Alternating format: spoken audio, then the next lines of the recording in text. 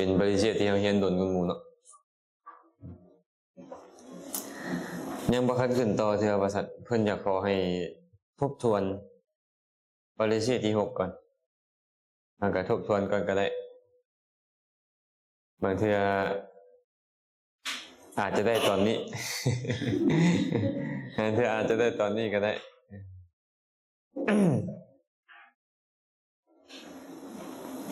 อภิธรรมมัตตสังคหปริเชตที่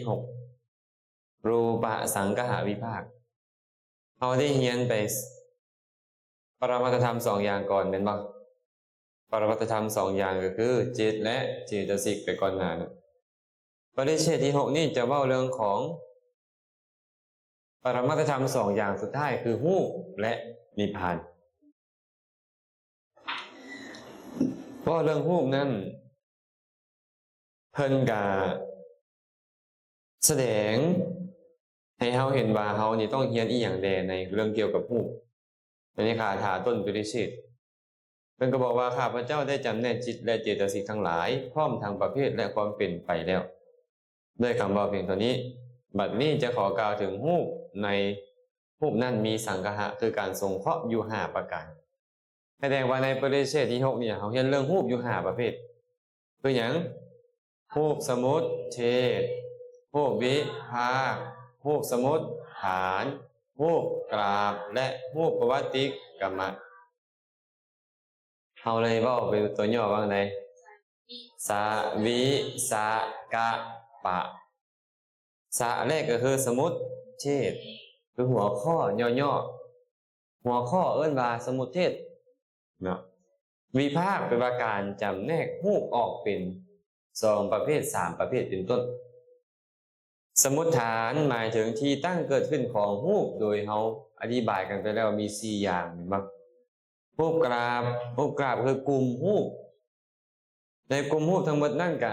มีอยู่21กลุ่มอย่างที่เฮาได้เรียนไปแล้วประวัติกรรมะเป็นลำดับความเป็นไปของรูปนับตั้งแต่ปฏิสนธิการฮอดประวัติการเห็นบ่ทางในกามวจรรูปวจรอสัญญีหรือในโยนิ4คือ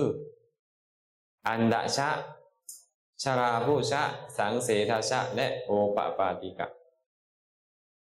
เฮาสิเรียนจักอย่างก็พวกนี้มีจักอย่างก็เรียนนี่5อย่างสะวิสะกะปะเนาะ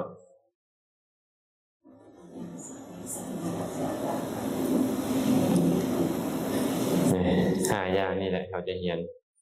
รูปสมุทเทศรูปวิภาครูปสมุทฐาน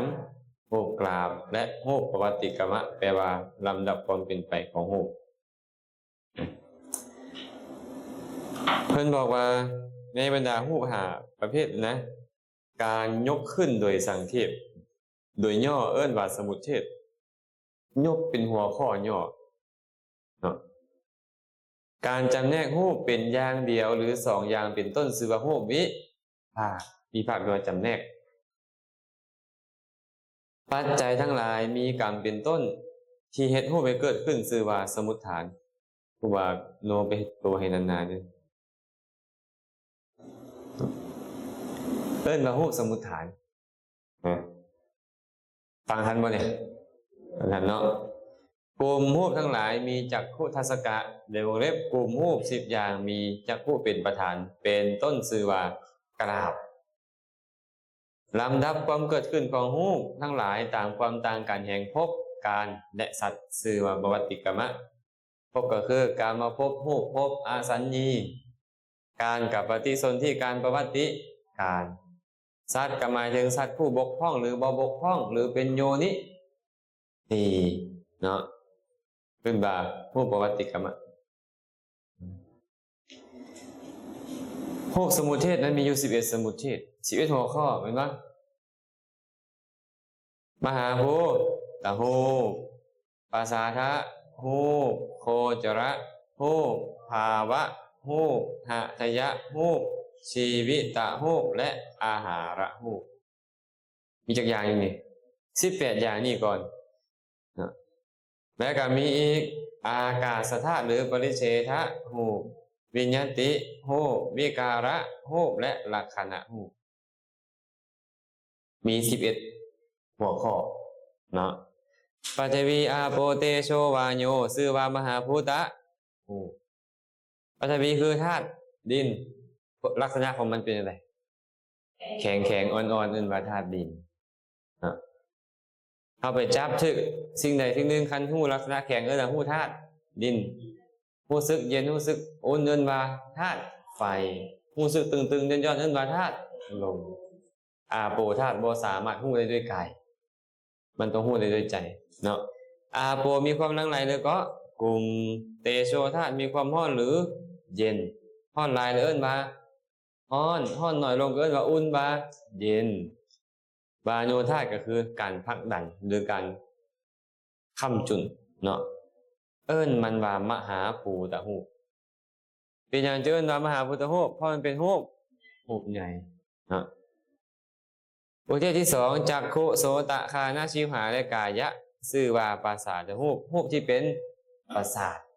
บ่เป็นตาโดยตรงบ่เป็นหูโดยตรงบ่เป็นดังโดยตรงบ่เป็นลิ้นโดยตรงบ่เป็นกายโดยตรงหมายถึงประสาทประสาทใดมาหยอกอยู่ตานี่ก็ว่าประสาทตาประสาทใดอยู่ในประสาทใดอยู่ในหูก็ว่าประสาทหูประสาทใดอยู่ในดังก็ว่าประสาทดังแบบนี้เป็นต้นว่าประสาททั้งหมดมีมา5รูปสัทธะคันธรสะโผฏฐัพพะอันนี้เป็นอายตนะภายนอกเนาะเลยจะเป็นอารมณ์คือโคจรหูปที่เป็นอารมณ์โคจรหูปที่เป็นโคจรก็คืออารมณ์หูปที่เป็นโคจรมีอยู่4หรือ7เป็นว่าพระโพธพะนี่หมายถึงธาตุ4นั่นแหละหมายถึงตัวนี้แต่เบ้นอาโปไปอิทธิภาวะความเป็นหญิงปุริสภาวะความเป็นชายชื่อว่าภาวะหู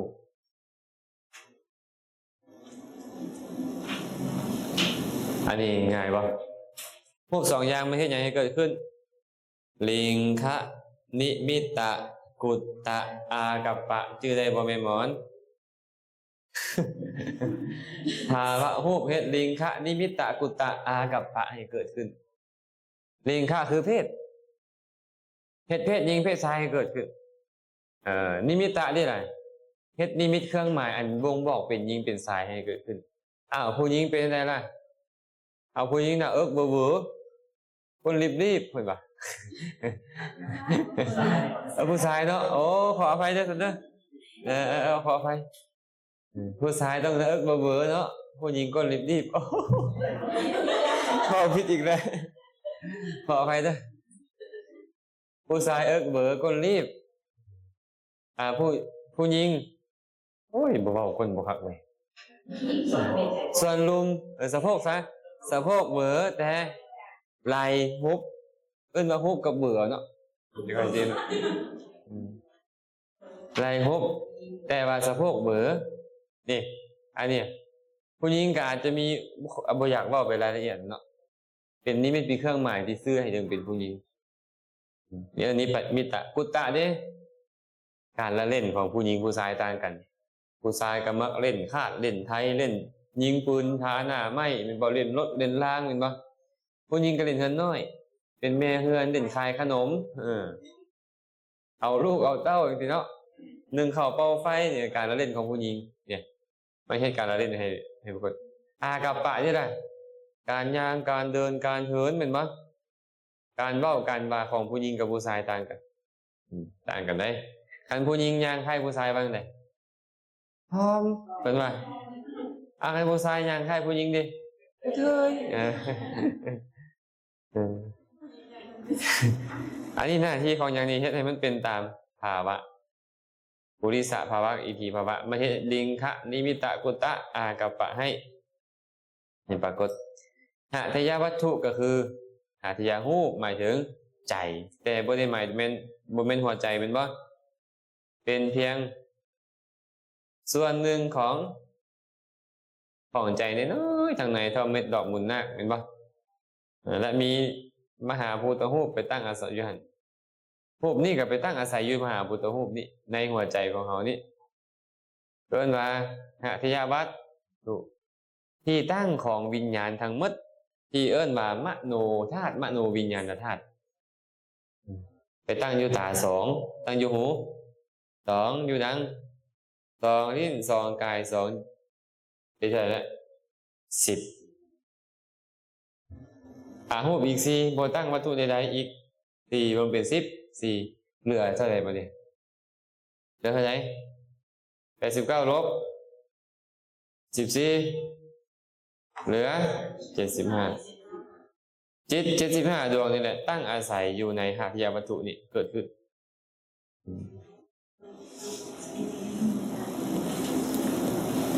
มาต่อเนาะชีวิตต่างรูปเป็นรูปยังรูปที่ตามรักษารูปที่เกิดจากกรรมแล้วยังอุปธรรมภ์รูปที่เกิดจากสมุฏฐานอื่นนำเขาบอกมื้อนี้แม่นหยังเป็นอันนั้นเขาว่าในคาถามื้อนี้เด้ชีวิตไออุ่นและอิหยังวิญญาณเป็นบ่ปราศจากกายนี่ก็คือว่าตายไอชีวิตแต่ว่ายังชีวิตนี่คือชีวิตตะหูปนี่แหละชีวิตตะหูปนี่เป็นหูปมันบ่เป็นนามชีวิตตนามต่างหากชีวิตตนามก็คือชีวิตตินรีชีวิตตินรีกะวะลิงการาหารหรืออาหาระหูปอีกชื่อหนึ่งเอิ้นว่าโอชานั่นแหละเอิ้นว่ากะวะลิงการาหารเนาะความจริงแล้วกะวะลิงการาหารหมายถึงก้อนข้าวแต่ความหมายของมันก็คือโอชาในก้อนข้าวอีกตัวนึงอาหาระหูปนั่นแหละฐานเนาะรวมเป็นเท่าไหร่นี่มหาพุทธรูป4ประสาทรูป5เป็น9โคจรรูป4เป็น13ภาวะรูป2เป็น15หาทยะ1ชีวิตรูป1อาหารรูป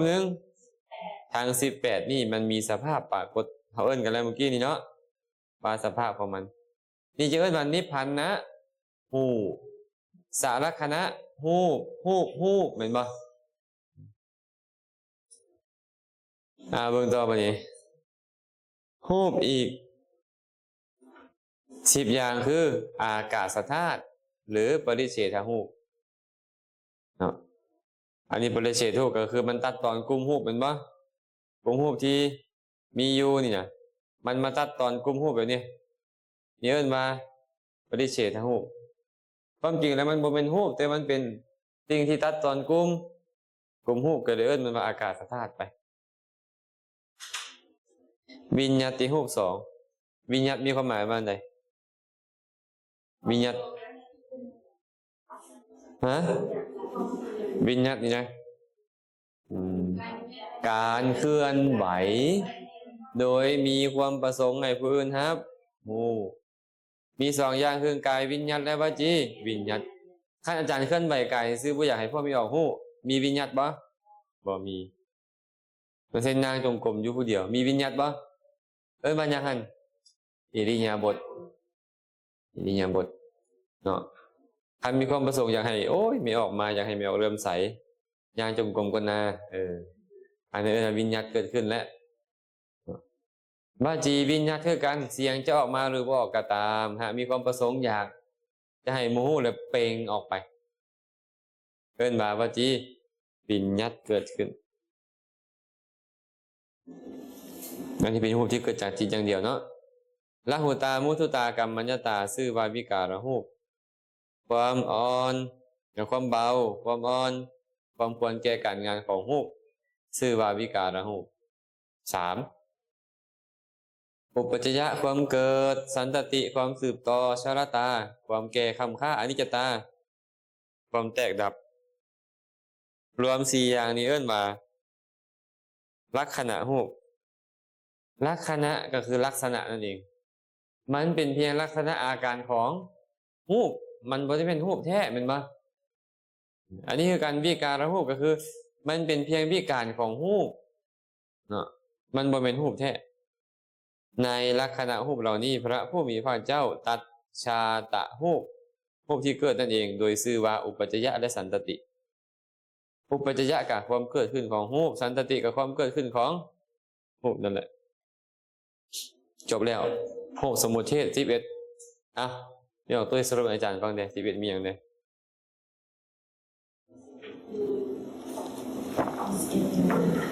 มหาภูตาภูอุจจาระภูภาวะภูอัตถยาภูชีวิตภูอาหารที่เป็นปฏิชีพภูวิญญาณภูวิการภูลักษณะ โอ้อ่านเก่งสาธุสายตาดี อาจารย์เวทยังไม่เห็นขนาดนั้นสรุปว่ารูปสมุทเทศมีอยู่11นะ11นั้นแบ่ง4รูป4อุเทศหลังเป็นอนิพันธรูปเห็นบ่7อุเทศหน้าเป็นนิพันธรูป7อุเทศได้18รูปเนาะอนิพันธรูปได้10รูปนั้นยังแบ่งออกเป็น2ประเภทโดยความเป็นมหาภูตรูปและอุปาทายะรูปมหาภูตรูปมี4คือดินน้ำไฟลมนอกเหนือจากนั้นสีกลิ่นรสต่างๆเอิ้นว่าอุปาทายะรูปรูปที่เข้าไปอาศัยส่วนมหาภูตรูปรูปที่ชื่ออาศัยมหาภูตรูปมี4เป็นบ่ปฐวีธาตุอาโปธาตุเตโชธาตุวายุธาตุมีความแข็งกระด้างเป็นลักษณะของปฐวีธาตุแม่เรียนอันนี้เป็นธาตุอย่างไรเนี่ยนั่นผู้หนึ่งบอกธาตุน้ำผู้หนึ่งบอกธาตุสีธาตุอย่างไรเนี่ย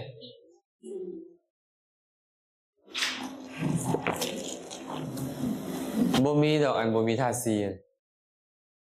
มันต้องมีธาตุสีแน่นอนรูปใดๆก็ตามต้องมีธาตุสีต่างก็แต่ว่ามันจะอีหยังหลายคันน้ำหลายก่อนมันละลังไหลเห็นป่ะเพิ่นเลยบอกไว้เทิงนี่ความลังไหลเป็นลักษณะของอาโปธาตุอันนี้นี่น้ำเลยนะมีสีบ่น้ำอ้อยนี่นะแหน่ใส่บอกว่าธาตุสีแล้วล่ะอย่างน้อยต้องอวินิโพคหูป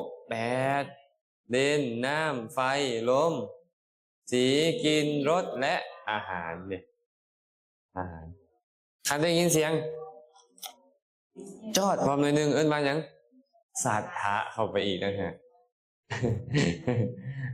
โอ้ว่าไงเนาะเตโชธาตุมีความร้อนเป็นลักษณะไอ้คำว่าร้อนคือร้อนเย็นเย็นมีหลายละร้อนมีน้อยละเย็นตอนนี้ร้อนหรือเย็นตอนเนี้ยกระทบธาตุยังเอากับเอาไม่ขึ้นในแม่แอร์กันเลย เย็นปะเนี่ยกันยังมาเปิดลงอยู่เนาะ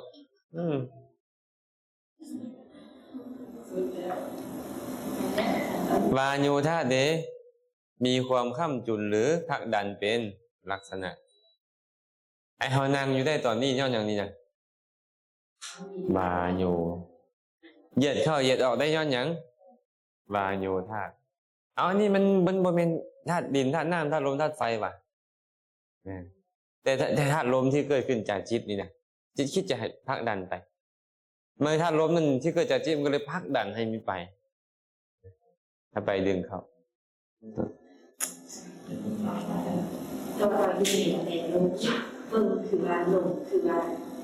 คือบ่เห็นทางเนาะแต่บางทีถ้าเราสู้อย่างก้านเนาะจะมูได้เลยว่าย่อมันบ่มีลมมันเนาะมันเป็นเฮ็ดให้ตึงมันบ่มีอ่ะแค่เดี๋ยวลอยมันเลยลอยมันเลยมีอันทำอยู่ให้อยู่ได้มาเบิ่งความหมายของภูตะบัดนี้เอาว่ามหาภูตรูปจริงนะมีหลายความหมายเด้มหาภูตรูปที่แปลว่าขันธ์5ก็มีที่คุณทั้งหลายพวกท่านจงเห็นสิ่งนี้ว่าเป็นพูดก็คือเป็นขันธ์มีความหมายว่ามนุษย์ก็มีเอาสวดตลอดเลยรัตนสูตรยานีทัพภูตานิสมาคาตานิ พูดทั้งหลายคืออามนุษย์ทั้งหลายนั่นแหละมาพร้อมกันในที่นี้ดังนี้เป็นต้นมีความหมายว่าธาตุสี่ก็ได้คือจัตตารโรภิกขุมหาภูตาหิตุดูก่อนภิกขุทั้งหลายธาตุสี่นั่นแหละเป็นเหตุดังนี้ใช่ในความหมายว่ามีจริงเป็นจริงเช่นภูตสมิงปาจิตติยังใส่ในความหมายว่าพระขีณาสพก็ได้ภูตะหมายถึงพระอรหันต์ก็ได้อย่างเช่นโยจะกาละคโสภูโตคุณมาพูดใดกืนกินกันเป็นพูดใดกืนกินกันแม้พูดใดกืนกินกันเวลาในการเวลากินกืนกินเพิ่นบ่ได้พระอรหันต์อย่างเดียว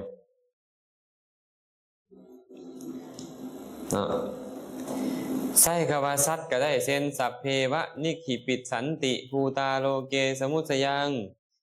พูดทั้งหลาย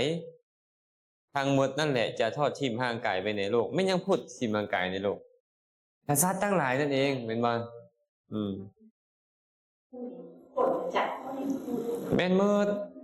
เลยผลมาจากมันทางเองกับพี่กับใส่เขาพูดอะไรอย่างเงี้ยโอ้ยก็เป็นแยงเวียนเบิ่งแหมน่าจะนักก็ผีหมูจักเนาะ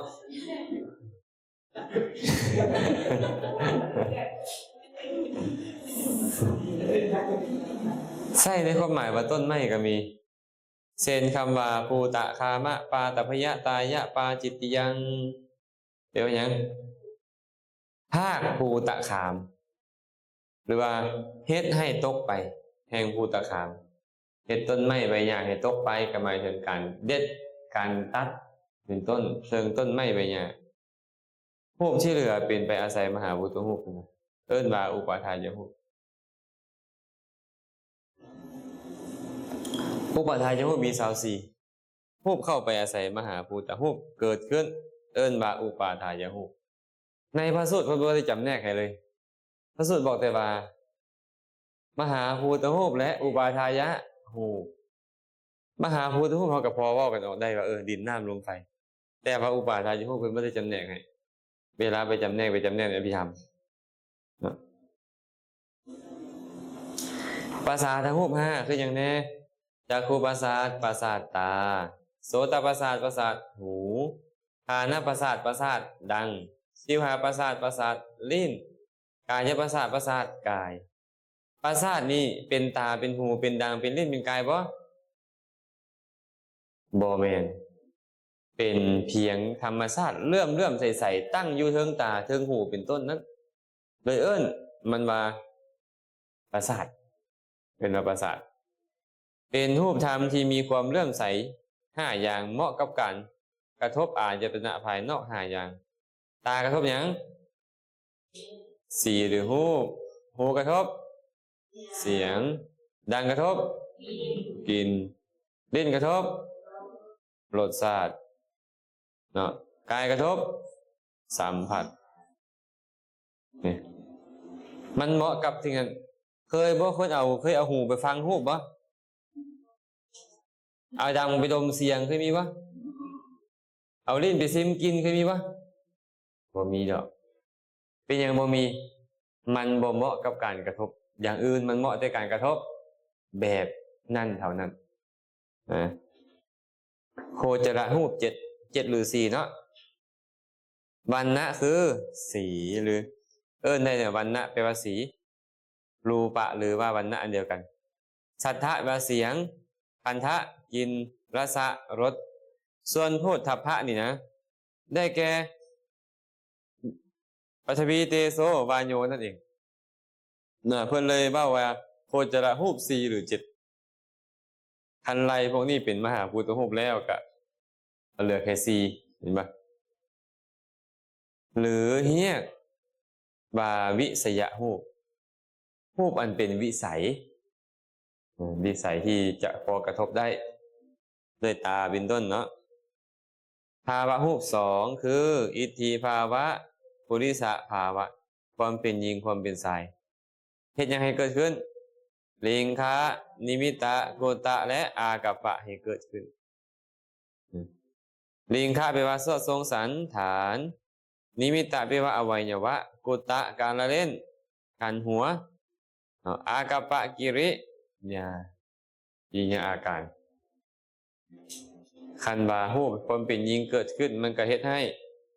เพศยิงปรากฏสดทรงสันฐานยิงปรากฏ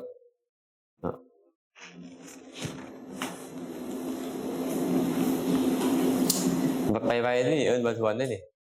บ่แม่นเฮียนได้ทวนเด้หาทยารูปเด้ล่ะหาทยาวัตถุหรือหัวใจบ่เป็นหัวใจโดยตรงเป็นว่าแต่เป็นธรรมชาติอย่างหนึ่งที่อยู่ในหัวใจรูปธรรมที่มีความสืบทราบอยู่ในมหาพุทธรูปขนาดน้อยประมาณเท่าเม็ดดอกบุญนาคในโลหิตประมาณครึ่งซองมือเดี๋ยวเรียบเคิงกรอบมือภายในซองหัวใจเอิ้นว่าหาทยาวัตถุหรือหาทยารูปชีวิตรูปเด้ล่ะรูปที่เป็นใหญ่ในการเป็นอยู่หมายถึงหยังตามรักษามีการตามรักษารูปที่เกิดจากกรรมเป็นลักษณะก็ชีวิตรูปนี้ย่อมเป็นไปซึมซาบอยู่ในอุปาทินนกะกายทั้งสิ้นพร้อมทางไฟธาตุที่ย่อยอาหารเพิ่นนี่รักษาไฟธาตุย่อยอาหารพร้อมเพิ่นนี่นะทันบ่ทันเนาะเป็นว่าชีวิตรูปอาหารรูปนี้โอชาหรือสารอาหารโอชารูปอันเป็นเหตุอุปถัมภ์กายที่เป็นไปกับอินทรีย์ในขันธสันดานภายนอกของสัตว์ทั้งหลายนั่นเองภายในของสัตว์ทั้งหลายนั่นเองมันบ่มีดอกเนาะอาหารราชรูปที่เกิดในภายนอกบ่มีแม่นบ่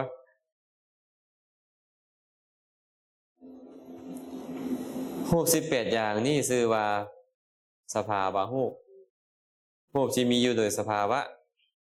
เพราะสามารถระบุสภาวะที่มีอยู่ได้เป็นต้นชื่อว่าสาลักษณะเพราะมีลักษณะมีอุปาทะลักษณะอิติและพังคะลักษณะเป็นต้นชื่อว่านิพพานรูปก็ได้ชื่อว่าสัมมัสสนะรูปก็ได้ยืดสักทีอย่างสภาวะสาลักษณะนิพพานนะสัมมัสสนะปาราเชตรูปมีหนึ่งคืออย่างละอากาศธาตุทรงวางของกลุ่มรูปทรงวางระหว่างกลุ่มรูปทั้งหลายแต่ละกลุ่มเป็นเหตุให้กลุ่มรูปแต่ละกลุ่มบ่ถึงความปะปนกับกลุ่มอื่นเดินมาทรงว่างไม่เป็นอย่างคือว่างงๆไปนะมันเป็นไง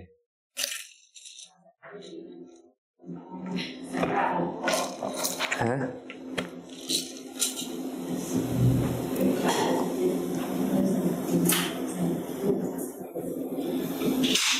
สงสัยไม่ได้พักกลางเว้นเนาะกำลังว่าที่เข้าไปพักบุดเดียวนึงพอเวลาเลยวิญญาติรูป2บัดเนี่ยวิญญาติรูปนี่รูปที่เกิดจากจิตอธิบายไปแล้วว่าการเคลื่อนไหวเอิ้นว่าวิญญาตแต่ว่าการเคลื่อนไหวละล่าบ่ชื่อว่าวิญญาตเพราะเหตุใดเพราะถ้าหากบ่เกิดจากความประสงค์อยากให้ผู้อื่นรู้ความประสงค์ของตนบ่ชื่อว่าวิญญาตเนาะกายวิญญาตจะเป็นวิการแห่งกายในบาโยธาตุที่ผลักดันชวนะขณะที่7ส่วนวจีวิญญาตก็คือวิการแห่งปฐวีธาตุผลักดันต้องเป็นชวนะแต่1 ถึง 7เลยพวกนี้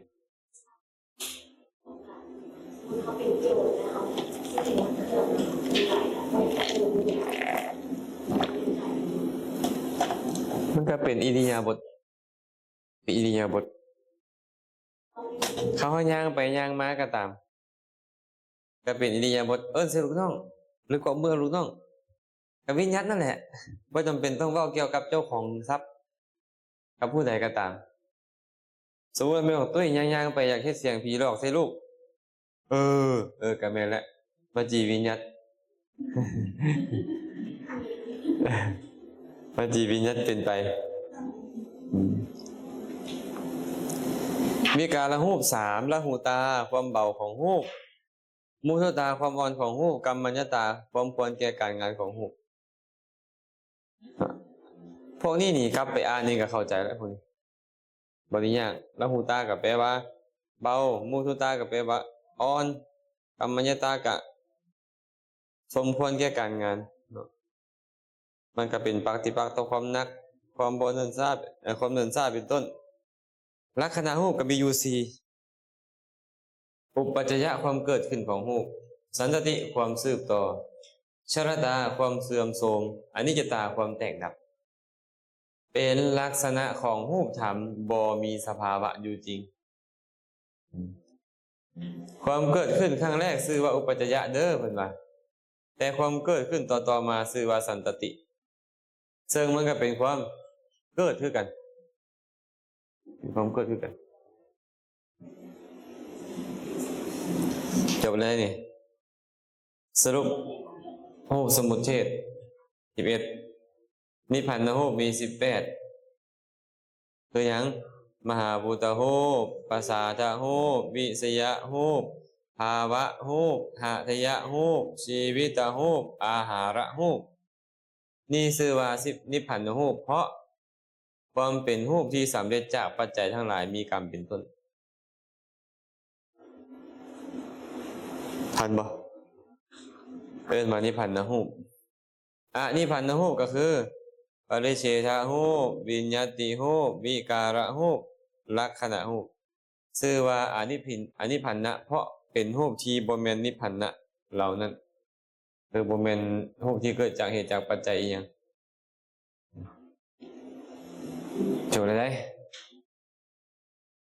ไปรูปวิภาคแล้วได้บ่ฮู้ว่าชวนนี่เข้าใจได้บ่นี่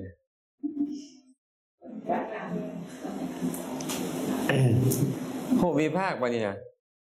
รูปทั้งหมดมีอย่างเดียวคือเป็นอเหตุกะบ่มีเหตุเป็นหยังจะบ่มีเหตุแม่พรหมนี่เพราะบ่มีธรรมชาติที่เป็นเหตุโลภะโทสะโมหะอโลภะอโทสะอะโมหะเป็นสัพปัจจยะอย่างเดียวคือมีปัจจัยอย่างเดียวต้องเกิดขึ้นมาจากกรรมจิตตุนั่นเป็นสาสวะคือเป็นไปกับอาสวะอย่างเดียวเป็นอารมณ์ของอาสวะเท่านั้นรูปนี่นะเป็นสังขตะต้องถือปัจจัยปรุงแต่งแน่นอนเป็นโลกิยะมันบ่เป็นโลกุตระแน่นอนรูปนี่นะเพราะว่าทางเรียนมาแล้วเมื่อกี้นี้อีหยังได้เป็นโลกุตระไม่เอาน้อย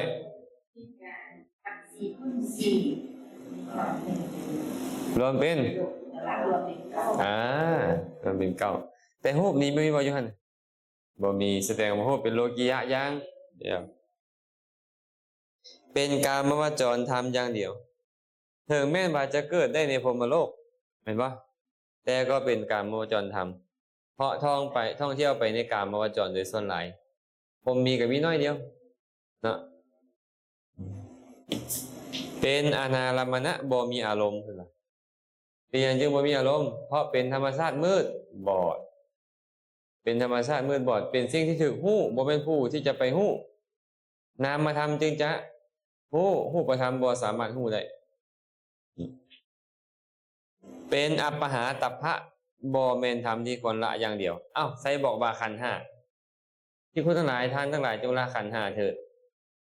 เพราะขันธ์ห้าอันท่านทั้งหลายละแล้วจะเป็นไปเพื่อประโยชน์เพื่อความสุขแก่ท่านทั้งหลายสิ้นกาลนานรูปนี้เป็นหนึ่งในขันธ์ห้าบ่มีอย่างน้อยมันคือบุคคลละแต่ให้หลักคือแบบถ้าสมมติ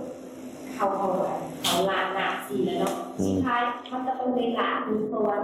พอทิ้งก็จะได้อะไรพอทิ้งกาดมีไว้อย่างนี้สิ่งประมาณอย่างนี้มันก็เลยให้ทิ้งทางบนทางแรกบ่แม่นเพิ่นบ่ให้ละเลยเป็นรูปนี่บ่เป็นธรรมที่คนละตัณหาพุ่นน่ะตัณหาบ่เป็นรูปบ่ตัณหาเป็นนามรูปจึงเป็นธรรมชาติที่บ่ควรละเอิ้นว่าอัปปหาตัพพะธรรมสุดท้ายแล้วกาดนี้จะต้องไปทิ้งไว้ละตอนสุดท้ายละตอนเป็นทำลายละแท้บ่ขนาดเป็นมะเร็งยังบ่อยากละอยู่เนาะตอนนั้นว่าที่สาธุเลยละกาเห็นอาจารย์เล่นเลยอยากละอีกอย่างได้บ่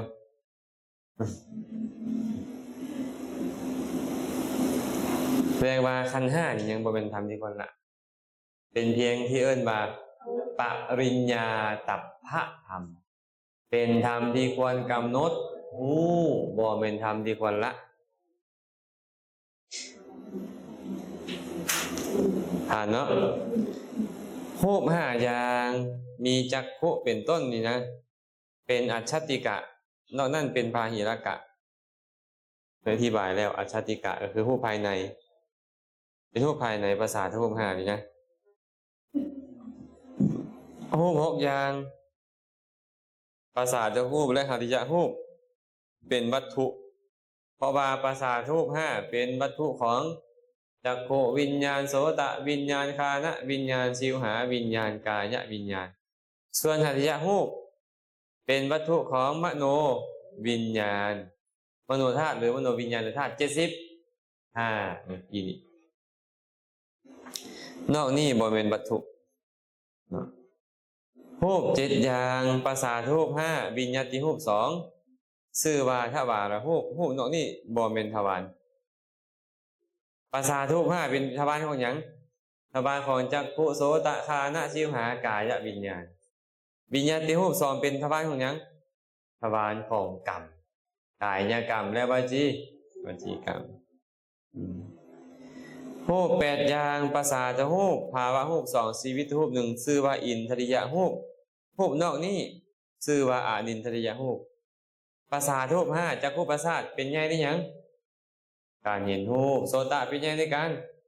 ฟังเสียงภาวะเป็นใหญ่ในการที่ดมกลิ่นอย่างภาวะเป็นใหญ่ในการเฮ็ดลิงคะนิมิตตะพุตตะและอากัปปะให้ปรากฏเห็นบอกว่าอะไรต้องหลง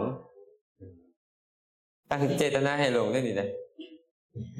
เว้าข้ามชีวิตตะหูเป็นใหญ่ในอย่างพ่อพระดอน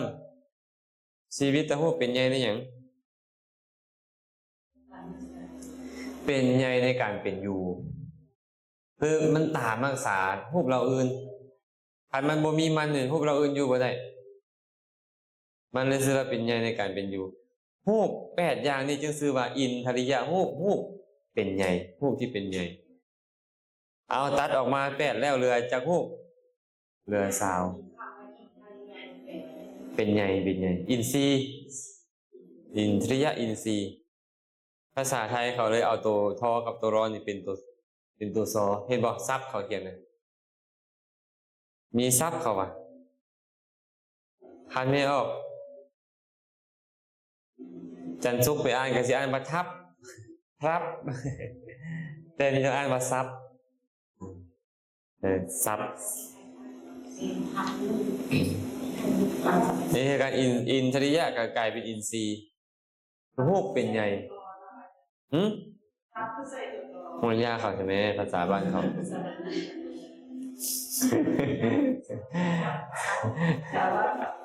ภาษาบ้านเขาต้องใส่แบบนั้น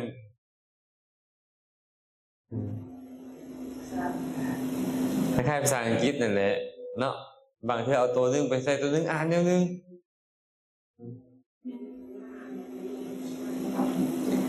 อ่านเนาะนี่เนาะรูป12อย่างคือประสาทรูปวิทยารูป7ชื่อว่าโอราลิกะสันติกะสัพปติฆะรูปนอกนี้ชื่อว่าสุขุมรูปทูเรรูปอัปปติฆะรูป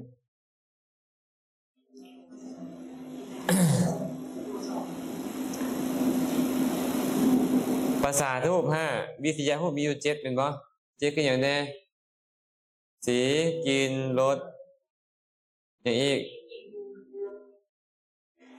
สีเสียงกันสีเสียงกลิ่นรสโผฏฐัพพะมี3คือดินไฟลมรวมเป็น7มันเป็นโอราลิกะรูปคนน่ะเพราะว่ามันมากระทบกันได้เมื่อมากระทบกันได้มันเลยเป็นของหยาบมันเลยใช้คำโอรานสันติเกกับใกล้สัพปติฆะคือรูปกระทบ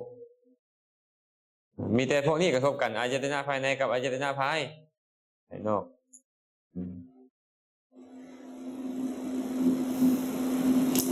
กรรมชรูปชื่อว่าอุปาทินกะรูปมีจักอย่างกรรมชรูปมีจักอย่าง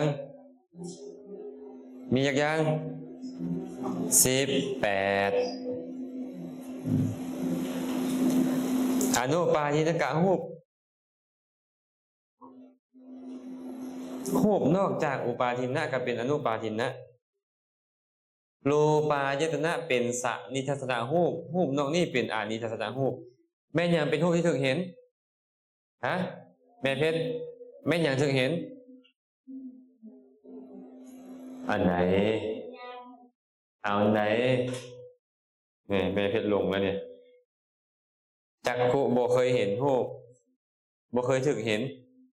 วิญญาณก็บ่เคยถึงเห็นแม่นยังถึงเห็นสีหรือวันนะ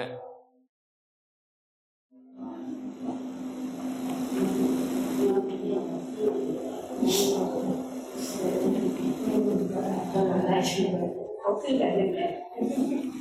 เนาะเพื่อนได้บอกว่าสีเท่านั้นเด้อเป็นรูปที่ถึงเห็นอันอื่นบ่ถึงเห็นเห็นเสียงได้บ่เห็นกินได้บ่โอ้ยค่อยไปเบิ่งมาแล้วเหม็นถึกบ่บอกบ่ถึกบอกบ่ตรงเห็นเหม็นบ่ได้เนาะต้องเห็นรูปเหม็นต้องดมเหม็นต้องดมกินรูปห้าอย่างคือโคจริกรักขาหิกะรูปชื่อว่าโคจริกขาหิกะรูปคือรูปสองอย่างมีจักขุเป็นต้นอันนี้เว้าเลยกันรวมเลยภาษาทั้งรูปมันน่ะเอิ้นว่ารูปที่รับอารมณ์เพราะมันรับกระทบสีกลิ่นรสสัมผัสแต่การกระทบของมันเฮาเว้าแล้วว่าตานี่เนี่ยมันบ่มาฮอดสีบ่มาฮอดตาแต่ก็ไปกระทบได้เสียงบ่มาฮอดหูแต่ก็ไปกระทบได้แต่กลิ่นรสสัมผัสต้องมากระทบจึงจะรับกระทบได้โคจรคาหิกะเปียรูปที่รับรูปตรงนี้เอิ้นว่ารูปบ่เป็นรูปที่รับ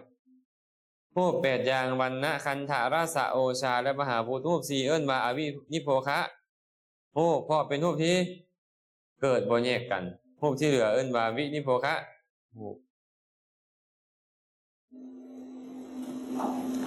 รูป12อย่างภาษารูป5วิทยารูป7อันนี้ไปอธิบายเรื่องรูปโอฬารอันนี้อาจารย์ขอผ่านไปเลยอันการกระทบกันเมื่อกี้นี่เราบอกเลยเนาะกายกับโพธพะนี่นะต้องมาด้วยตัวเองเป็นต้นเพราะว่าโพธพะเป็นมหาภูตะโอ้ต้องอธิบายบ่พวกเนี่ยต้องอธิบายคืนบ่อธิบายหลายรอบเลยฮะ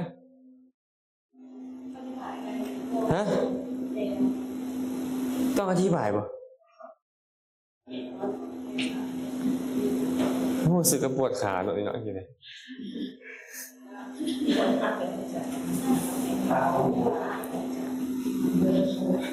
บ่อันนี้อธิบายบ่ตัวเนี้ย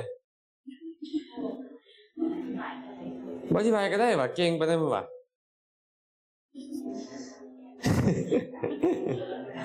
อันโพธพะนี่มันเป็นมหาภูตะโอ้มันก็เลยต้องมาหาด้วยมหาภูตรูปเองเพราะตัวมันเป็นมหาภูตรูปส่วนชิวหาฐานะนี่นะมันเป็นอุปาทายรูปกินกับรสก็เป็นอุปาทายรูปอุปาทายรูปจึงมาต้องมาพร้อมกับที่อาศัยฐานะก็ต้องอยู่กับที่อาศัยส่วนจักขุโสตะกับรูปเสียงบ่ต้องมาเลยแต่ก็มันมีการกระทบผ่านอันนี้ผ่านไปเลยว่าง่ายมาเลยแต่มีตัวง่ายจบแล้วหัววิพากษ์หัวสมมติฐานก็คือสมมติฐานของมีอยู่4อย่างคือกามจิตอุตุและอาหารกรรมคืออย่างกรรมกุศลและอกุศลที่เกิดและดับไปแล้วเห็นปะมีอย่าง25อย่างคืออกุศล10 2มหากุศล8รูปวจรกุศลรูปวจรกุศลกับโลกุตระกุศลหายไปไสฮะฮูปก็บอกเลยว่าฮูปเนาะมันบ่เฮ็ดอย่างเกิดขึ้นคันมันจะส่งผลต้องส่งผลในฮูปอันนี้มันไปส่งผลในฮูปบ่ได้มันก็เลยบ่เฮ็ดฮูปไปเกิดขึ้นส่วนโลกุตระกุศลเด้ มักเฮ็ดให้เกิดบ่มักบ่เฮ็ดให้เกิดมีแต่เฮ็ดให้จะเศร้าเกิดมันเลยบ่ส่งผลเฮ็ดรูปให้เกิดขึ้นด้วยความเป็นกรรมเนาะผ่านบ่จิตมีจิตจักดวงที่เฮ็ดรูปให้เกิดขึ้น75ดวงเว้นหยังทวีปัญจวิญญาณ10และอโหวิบาก4เป็นหยังอโหวิบาก4จึงบ่เฮ็ดรูปให้เกิดขึ้นเพราะ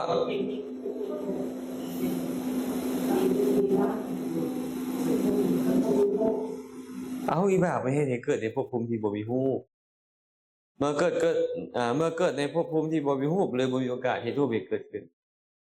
ส่วนทวีปัญจวิญญาณนี่เป็นหยังบ่เฮ็ดให้เกิดขึ้นบ่มีกำลังพอย้อนหยังย้อนบ่มีองค์ฌานบ่มีวิตกเป็นต้นแม่นบ่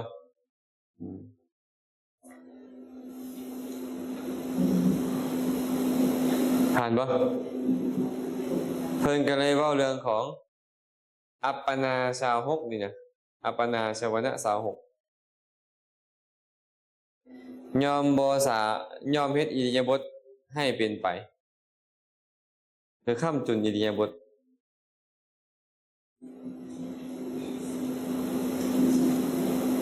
มันเฮ็ดอิริยาบถให้เป็นไปเฮ็ดรูปให้เกิดขึ้นนำเฮ็ดอิริยาบถให้เป็นไปนำอิริยาบถหยังล่ะเจ้าเข้าฌานเป็นต้นเจ้าก็นั่งอยู่ก็เอิ้นน่ะอิริยาบถนั่งเป็นไปแม่นบ่โบฏฐัพพนาจิตกามวจรชวนะอภิญญาจิต2รวมเป็นเท่าไหร่32ดวงเฮ็ดวิญญัติให้ตั้งขึ้นนำกามวจรชวนะคือหยังแน่อกุศล12มหากุศล8มหากิริยา8และหสิตุปาทะ1อภิญญา2คือหยังรูปาวจรกุศลและกิริยาปัญจมฌาน2ดวงรวมเป็น32ดวงเฮ็ดวิญญัติให้เกิดขึ้นได้อย่าลืมได้วิญญัติคือหยังครับว่าแล้วการเกินไปในบรรดาจิตที่เฮ็ดวิญญัติให้เกิดขึ้นเหล่านี้ชวนะที่สหรคตได้โสมนัส13ดวงยอมเฮ็ดการยิ้มหัวให้ปรากฏคนเฮาหัวด้วยจิต13ดวงคือหยังโลภะโสมนัส4มหากุศลโสมนัส4มหากิริยาโสมนัส4และหสิตุปาทะอีก1หสิตุปาทะกับมหากิริยาโสมนัสเป็นของพระอรหันต์เท่านั้นส่วนปุถุชนโสมนัสโลภะ4โสมนัสมหากุศล4พระอริยโสดาบันเป็นต้นต้องละมิจฉาทิฏฐิไปจาก4ก็เลยเหลือ2ในโลภะและมหากุศลอีก4รวมเป็น6ตกลงพวกเฮายิ้มหัวด้วยจิตประเภทใดโลภะโดยส่วนหลายนะอุตุคือหยังอุตุเตโชธาตุอุตุเย็นอุตุร้อนก็ว่าไปอุตุนั่นแหละที่เกิดขึ้นตั้งอยู่แล้วย่อมเฮ็ดรูปให้เกิดขึ้นได้อาหารก็คือโอชาในกลุ่มรูปโอชาในกลุ่มรูปนั้นย่อมเฮ็ดอาหารราชรูปให้เกิดขึ้นได้แต่ต้องเป็นขันธสันดานภายในไม่ออกแพร่รูปบ่ขันธสันดานภายใน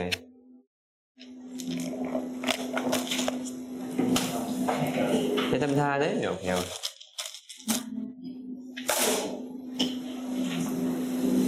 แฮปปี้ขันธสันดานภายในเป็นยังไงขันธสันดานภายในก็คือสิ่งที่มีชีวิตสิ่งที่มีชีวิตอาหารราชรูปนี่มันเฮ็ดให้รูปให้เกิดขึ้นได้แต่ขันธสันดานภายในเนาะ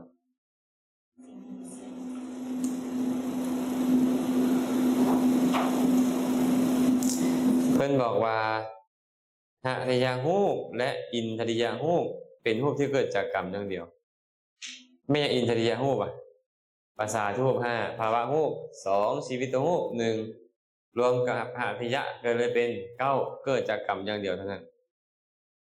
วิญญาติรูป2เกิดจากจิตอย่างเดียวสัทธารูปเกิดจากจิตและอุตุบางเทื่อมีจิตอยากเปล่งเสียงมันก็เสียงออกมาบ่บางเทื่อบ่มีจิตที่จะเปล่งเสียงดอกมันก็ออกมา มีไว้บ่มีได้เนาะรูป3อย่างมีละหูตาเป็นต้นเป็นรูปที่เกิดจากจิตอุตุและอาหารสมุฏฐาน3อันนี้อวินิโพกรูปและอากาศธาตุเป็นรูปที่มีสมุฏฐาน4ลักษณะรูปย่อมบ่เกิดจากสมุฏฐานใดๆยากบ่ยากไม่ออกตัวแกงหัวเลยบ่ยากแล้วขอให้สอบได้มื้อวันอาทิตย์หน้าที่เฮ็ดคำถามให้ยากๆรูปมีกรรมเป็นสมุฏฐานเนาะอันนี้เฮาฮู้แล้วแหละเนาะรูปมีกรรมเป็นสมุฏฐานก็คือ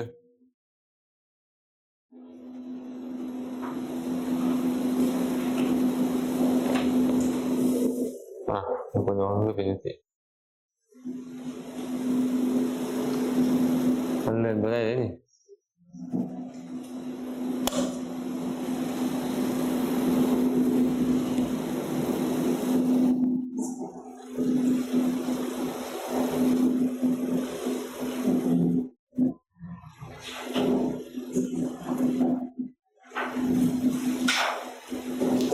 อันนี้มีคำอธิบายสิเอาอธิบายแล้วเนาะ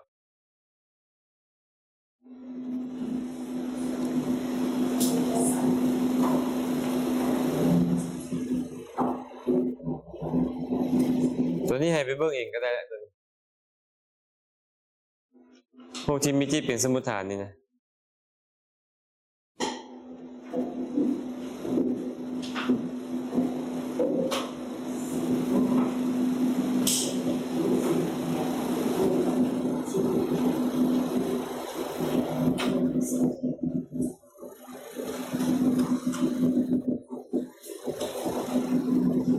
อธิบายแล้วเนาะพอนี้ก็เพิ่มมาใน32ดวงเฮ็ดวิญญาณให้เกิดขึ้นได้นี่นะ26ดวงคืออัปปนาเนาะโลกุตระจิต8ดวงรูปวจรจิต10อรูปวจรจิต8ที่บุ8เป็นเท่าไหร่18โลกุตระจิต8รวมเป็นเท่าไหร่26เป็นหยังคือมีแต่26พอออกลงคันเพราะบ่เอามหคตวิบาก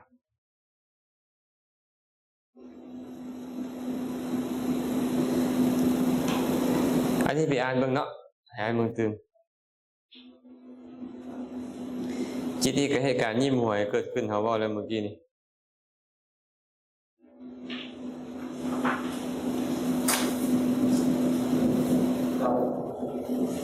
เห็นคุณเนาะเห็นบ่นี่ต้นนี่บ่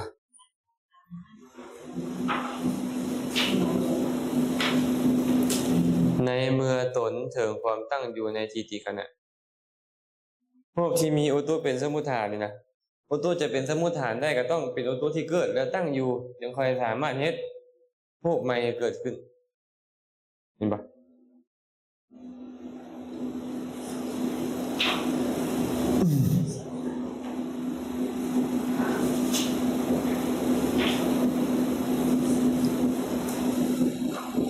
อันนี้ก็ง่ายแล้วไม่เห็นคือมีแต่แนวง่ายๆเลยนะ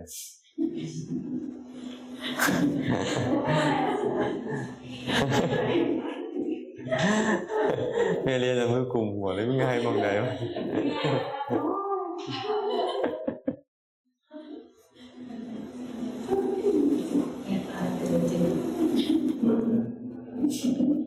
โอชาฮูกนั่นแหละ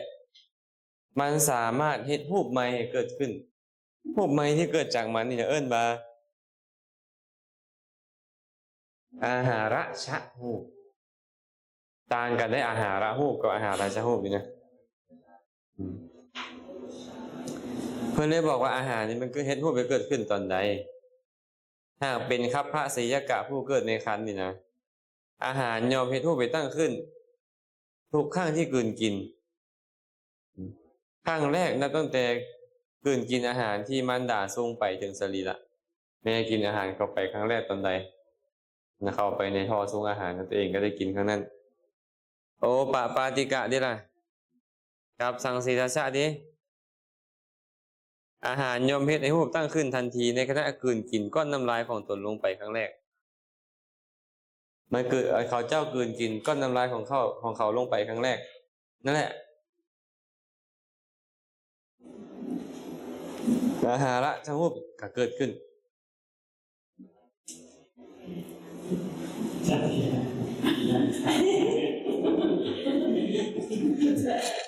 ฮะ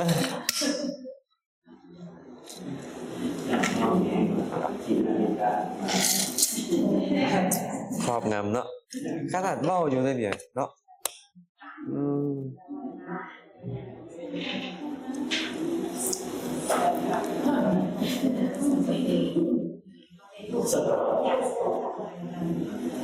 อันนี้เขาที่เขียนให้2 รอบซื่อๆในพวกนี้นะเห็นปะเขียนให้2 รอบซื่อๆแต่ความจริงแล้วอธิบายมาแล้วก่อนหน้านี้อย่างเช่นว่าหาทิยาฮูบกับอินทริยาฮูบเกิดจากกรรมอย่างเดียววิญญาติฮูบเกิดจากจิตอย่างเดียวนี่อันนี้เบ้ามาผ่านหน้ามาแล้วมาสรุปให้ใหม่ซื่อ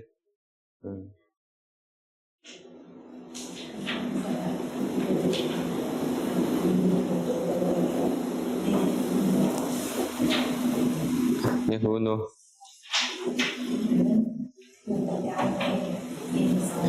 แปลงให้มันนั่นพอดีกัน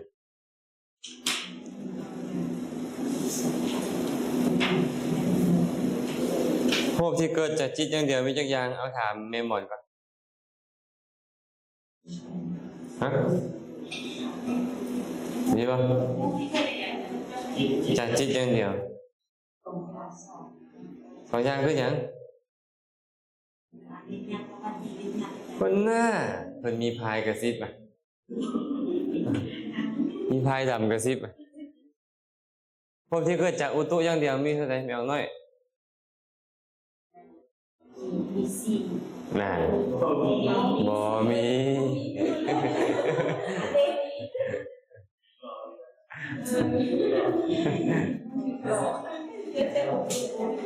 พวกที่เกิดจากอุตุอย่างเดียวบ่มีเกิดจากอาหารอย่างเดียวบ่มีเอาเก็บด้วยกันเอาเก็บก้าวเริ่มกับก้าว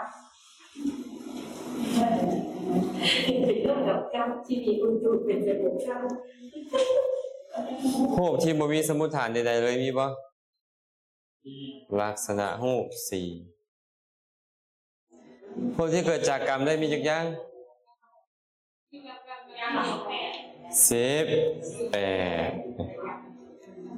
18เกิดจากกรรมโดยยันส่วนเดียว9เกิดจากกรรมก็ได้จากอย่างอื่นก็ได้อีก9รวมเป็น8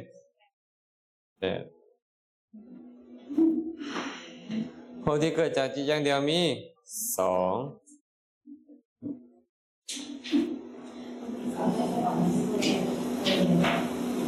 พวกที่เกิดจากจิตได้มีจั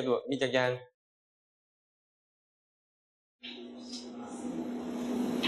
18 15 13 12นี่15อย่างแน่นอน2บ่แน่นอน2บ่แน่นอน2แน่นอน2บ่แน่นอน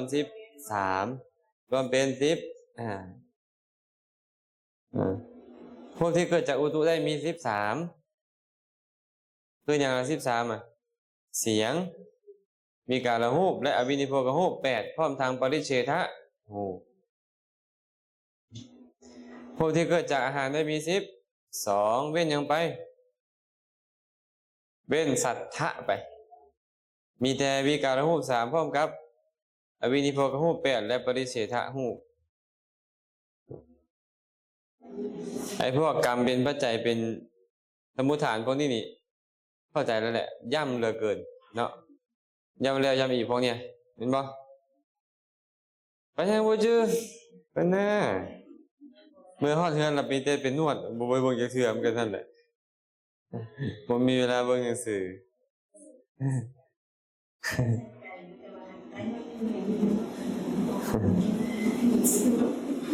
รูปกราบดิรูปกราบมีทั้งวัจกราบมี21กราบกรรมมาจะรูปมี9ชื่อได้ปะ จักขุทัสสะกะโสตทัสสะกะฆานะทัสสะกะชิวหาทัสสะกะกายทัสสะกะอิทธิภาวะทัสสะกะปุริสภาวะทัสสะกะวัตถุทัสสะกะชีวิตะนะวะกะภพที่เกิดจากจิตมีจักกราบ6กราบคือสุทธัตถกะกายวิญญาตินวกะวจีวิญญาติทัสสะกะราหูตาทิเอกาทัสสะกะกายวิญญาติราหูตาทิทวาทัสสะกะวจีวิญญาติราหูตาทิเตระสะกะผู้ที่เกิดจากอุตุสีคือสุทธัตถกะสัทธนาวกะราหูตาทิเอกาทัสสะกะสัทธาราหูตาทิเอกาทัสสะทวาทัสสะกะผู้ที่เกิดจากอาหารมี2สุทธัตถกะราหูตาทิเอกาทัสสะกะมันก็ง่ายหมดเลยดิสิรูปประวัติกรรมะนี่ความเป็นไปของรูปในกามวจรธาตุที่เป็นโอปปาติกะและสังเสทสะได้7แล้วแต่ว่าผู้ใดจะบกพร่องอันใดเป็นบ่ในปฏิสนธิการได้ในประวัติการกะสมบูรณ์ส่วนที่เป็นชะลาภูชะสังเสทสะอีกชื่อหนึ่งว่าคัพพาสยะกะได้แก่กายทัสสกะภาวะทัสสกะและวัตถุทัสสกะอันนี้หากูเห็นมาเมื่อกี้ต้องทวนอยู่ป่ะถ้ากูเห็นมาเมื่อกี้นี่เนาะมันไม่ต้องทวนเลยดีบอกเห็นจบแล้ว เอาหากูเห็นเมื่อกี้นี่ดิหากูเห็นเมื่อกี้บอกว่าเห็นจบแล้วได้ทวนโลดเลย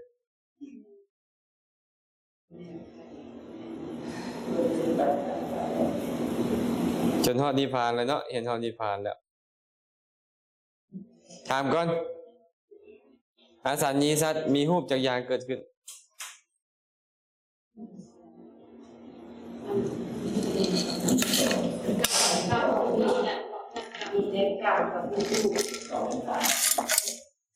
มี2สมมุติฐานมีจักรูปไม่ได้เห็นตำทาขึ้นอีกเลยนะบอกเลยว่าขึ้นพอออกมาสินะมี17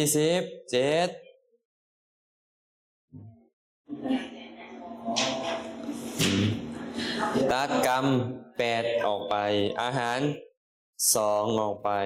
ตัดอุตุที่เป็นสัทธนวกะอีก1เป็น11เอา28ลด11เหลือ17รูปวจรภูมิเด้อะไรตัดยังออกไปได้คานะสิวหาอย่างนี้กายะและภาวะ2รวมเป็น5 28ลบ5เหลือ3กามวจรนี้ได้28หูปเด้บ่มีหูปบอกแล้วว่าบ่มีหูปเป็นบ่ซื้อก็บอกแล้วนิพพานบ่เนี่ยนิพพานสภาวะของมันก็คือสงบหรือดับ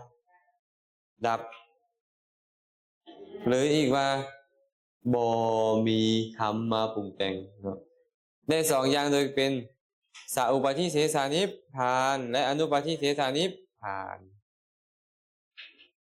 ได้3อย่างคือสุญญตาอนิมิตาและอนิจจตาและอปนิหิตาขออภัยสุญญตาเจริญยังเจริญอย่างเจริญบรรลุว่าสุญญตา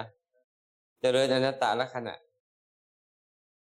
เจริญอย่างว่าอนิมิตะเจริญอนิจจลักษณะ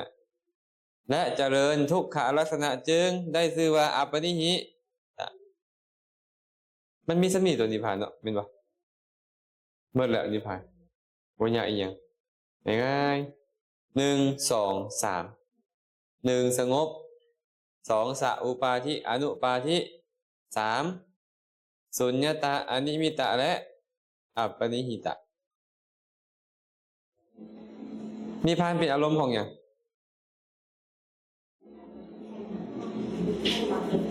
เป็นอารมณ์ของมรรคและผล อันนี้เว้าที่ส่วนหลายเด้นะมันยังสามารถเป็นอารมณ์ของโคตรภูได้โคตรภูแต่เฮาบ่คันได้เรียนแล้วบ่อยากจะเว้าปานใดหน้าเริ่มยุ่งๆแล้วพวกเฮา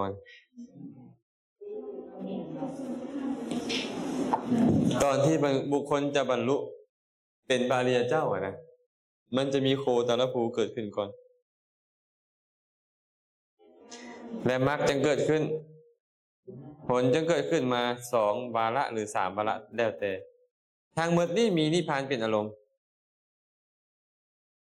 โคตรภูตัวนี้มีแม่ มหากุศลญาณสัมปยุต เป็นคำเดียวกันกับที่ผูกโคตรภู คำว่าคำเดียวแต่คนละอันอันนี้เป็นจิตอันนั้นเป็นคน อันนี้เป็นจิตโคตรภูนี่แปลว่าข้ามโคตรอันนี้ก็เลยข้ามโคตรปุถุชนมาเป็นอริยชนมรรคผลนี้เป็นอริยะแล้วโคตรภูยังเป็นปุถุชนอยู่โคตรภูแปลว่าผู้กำจัดโคตรกำจัดตระกูลนะโคตรภูสงฆ์กระสงฆ์ผู้กำจัดวงตระกูลของพระสงฆ์โคตรภูญาณตัวเนี้ยก็เป็นญาณที่เกิดมาเพื่อจะเปลี่ยนจากปุถุชนไปเป็นอริยชนแต่ทั้งหมดนี้ล้วนแล้วแต่มีนิพพานเป็นอารมณ์หมดก็เลยบอกว่าที่ส่วนหลายเด้อว่านิพพานเป็นอารมณ์ของมรรคผลโคตรภูมันก็น่วงเหนี่ยวเอานิพพานมาเป็นอารมณ์คือกันจบแล้วนิพพานเมื่อวันอาทิตย์หน้าสอบวันเสาร์หน้ากะสอบเหมือนกัน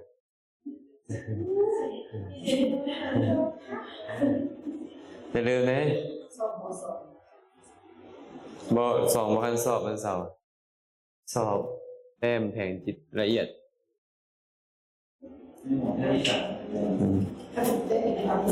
แต้มแผนจิตต้องมีโสมานัสอุเบกขาโทมานัส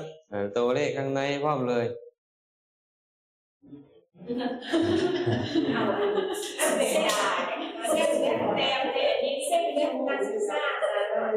ฮะเส้นเรื่องนักศึกษาสารพัดเส้นเรื่องการสร้างมาศึกษาในเวลาอะไรเส้นเรื่องนักศึกษาว่าบางคนกลายเป็นอย่างมันต้องให้นั่งคนละโต๊ะไปเลยวันนี้ย้ายฮะบอกกล้ามาฮอด30 ดอกมื้อนั้นน่ะเสื้อรถน่ะวันอาทิตย์เนาะวันอาทิตย์พวกเขากะแต้มแผงรูปและแต้มทุกตัวเลยแต่แผงรูปกับนิพพานนี่เพิ่งเพลงไปสรุปแล้วก็คือนี่แหละบ่เอาตั้งแต่บ่อยู่เจตสิกเพราะว่าวันเสาร์เขาจะสอบแผงจิตเนาะสอบแผงจิตกับความรู้ของเขาส่วนวันอาทิตย์รู้กับนิพพานเนี่ยก็มีแหละเนาะก็มีถามว่ารูปที่เกิดจากจิตมีจากรูปอันใดแด่สมมติสิรูปที่เกิดจากจิตก็ได้เกิดจากสมุฏฐานอื่นก็ได้มีจักอย่างมันจะมีคำถามบางทีคำถามลอกนำคำถามแท้นำได้จะไปลงตอบได้บางคำถามเหมือนถามแบบบ่มีคำตอบก็มีได้บางทีแต่ว่าหักได้